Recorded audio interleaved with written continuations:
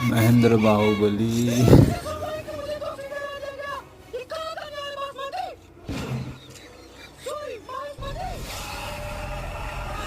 और प्रशांत नील।